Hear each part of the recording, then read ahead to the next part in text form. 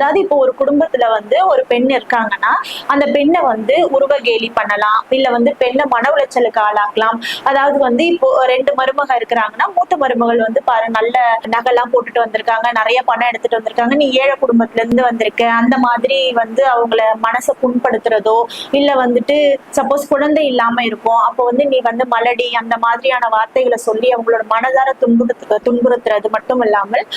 இப்போ ஒரு குடும்பத்துல இருக்காங்க, ஒரு வீட்டுல இருக்கிறாங்கன்னா நீ வந்து இந்த பொருட்கள் எல்லாம் தொடக்கூடாது, நீ வந்து கஷ்டப்படுற குடும்பத்தை சேர்ந்தவ, நீ வந்து எதுவுமே கொண்டு வரல, நீ இந்த பொருளை நீ ஃபேனை போடக்கூடாது, இல்ல நீ ஏசி போடக்கூடாது, இந்த மாதிரி ரொம்ப மனரீதியா வந்து அவங்கள மன உளைச்சலுக்கு ஆளாக்குறாங்க. அப்படின்னா என்ன பண்ணலாம்னா அந்த கலெக்டர் ஆபீஸ்ல இருக்க ப்ரொடெக்ஷன் ஆபீசரை அணுகலாம். ப்ரொடெக்ஷன் ஆபீசர் கிட்ட போயிட்டு ஒரு மனுவா கொடுக்கலாம், இந்த மாதிரியான நம்ம மன உளைச்சலுக்கு என்ன ஆளாக்குறாங்க, வரதட்சணை கொடுமை பண்றாங்க அப்படின்னு சொல்லிட்டு. அப்ப அந்த ப்ரொடெக்ஷன் ஆபீசர் என்ன பண்ணுவாங்கன்னா இது சம்பந்தப்பட்டவங்களை கூப்பிட்டு கணவரையோ இல்ல கணவர் வீட்டுல இருக்கிறவங்களையோ அவங்களையும் வந்து வரவழைச்சு 2 பேர் தரப்புலையும் வந்து விசாரணை நடத்தி, விசாரணையில உண்மை அப்படின்னு தெரிஞ்சால் அதை வந்து கோர்ட்ல ஃபார்வர்ட் பண்ணுவாங்க.